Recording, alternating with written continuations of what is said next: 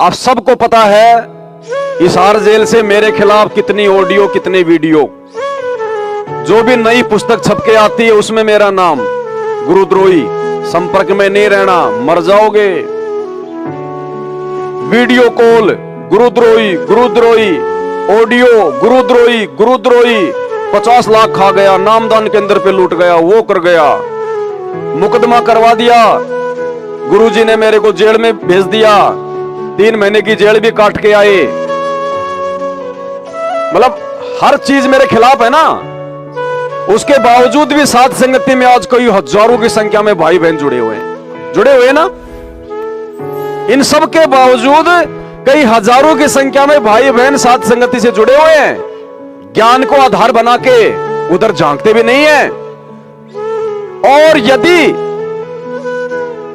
जितना मेरे खिलाफ बोला गया है, यदि उसका 1% भी एक बार यदि गुरुजी वीडियो कॉल में कह दें कि बच्चों ये मेरा परिवार, ये मैनेजमेंट, ये कोऑर्डिनेटर मेरे ज्ञान आधार से नहीं चल रहे और वास्तव में नहीं चल रहे, हम सबको पता है, ये बात अगर गुरुजी कह दें, क्या उधर एक भी आदमी दिखाई देगा?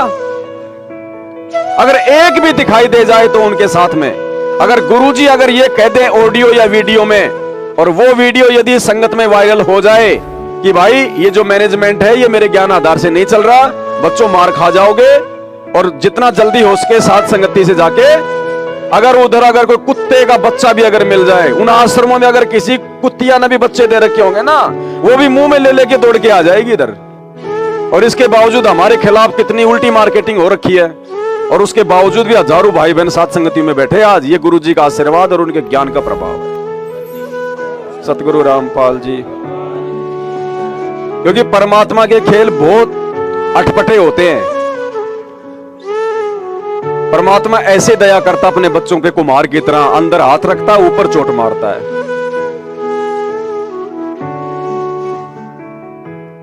आज की जो आ रही थी ऑडियो हिसार जेल वाली, तो दास तो मालिक को दंडवत करके बैठ गया शांत एक साइड में, परमात्मा दया करना। आधी से ज्यादा हो गई, तो फिर उसमें एक पॉइंट आया कि बच्चों एक तो होता है गुरुद्रोही और एक होता है गुरु विमुख। अब मैं समझ गया कि अब तेरा नाम आएगा, तो आप मतलब रियलिटी मानना, दास झूठ नहीं बोल रहा, मालिक की सौगंध खा रहा हूं। जैसे ही वो गुरुद्रोही शब्द आया, मेरी आंखों में आंसू आ गए, और आंखों में आंसू आए, और मैंने अंदर से कहा कि परमात्मा आपके मुंह से तो गुरुद्रोही शब्द सुन के भी मुझे बड़ा आनंद आता है कि परमात्मा आप जो मुझे जो बार बार जो गुरुद्रोही कह रहे हो, परमात्मा आपके मुख से जो मुझे गुरुद्रोही कहा जाता ना, मुझे तो बड़ा आनंद आता है इसमें। फिर दास को एक सत्संग याद आ गया परमात्मा का, क्योंकि देखो लीला तो 650 साल पहले वाली चल रही है, खेल वही चल रहे हैं सारे। क्या बताया परमात्मा ने? तो रामानंद जी को बड़ा दुख हुआ जब 5 वर्ष का बच्चा और अपने आप को भगवान कहे, तो रामानंद जी थोड़े से नाराज होकर कहते हैं, अरे नीच जात के, छोटी जाति का मुंह बड़ी बड़ी बातें हैं, तुझे शर्म नहीं आती? तेरा क्या औकात है? और मोमिन के टुकड़ों पर पलने वाला अपने आप को तू भगवान कहता है। क्या बोले? रे बालक सुन दुर्बोधी, घटमट नहीं आकारे, दास गरीब दर्द लगा हो, बोले सर्जन आरे। गरीबदास जी कहते हैं फिर दर्द हुआ रामानंद जी को जब कबीर साहब ने अपनी सच्चाई बताई कि मैं परमेश्वर हूं। क्या बोले? तुम मोमिन के पालेवा, जुल्हे के घर बासे।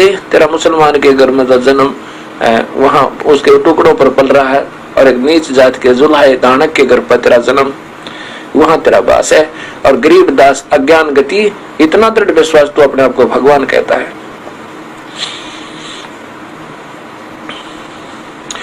तर्क तलु से बोले थे रामानंद सुर ज्ञान, दास गरीब कुजात है आखिर नीच निदान। रामानंद जी ने बोले, रे छोटी जात के नीच है ना, इसलिए तो तू अपने आप को ज्यादा छोटा मुंह बड़ी बात कर रहा है। तो कबीर साहब कहने लगे, हे गुरुदेव, आप मेरे पूज्य गुरुदेव हो, आप मुझे नीच कहो, दुष्ट कहो, कुत्ता कहो, मैं आपका दास हूं, क्योंकि मैं आपका शिष्य हूं। देखो सारी चीजें परमात्मा ने हमें पहले से बता रखी हैं। ये सत्संग गुरुदेव ने इसीलिए तो किए थे कि बच्चों आने वाले समय में मैं तुम्हारा गुरु हूंगा, तुम मेरे चेले होगे।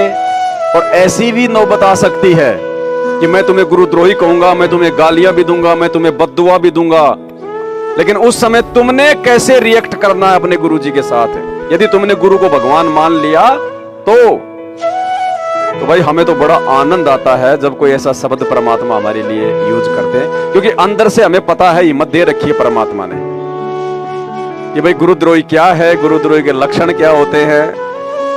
ये सारी चीजें परमात्मा ने ज्ञान आधार से समझा रखी है।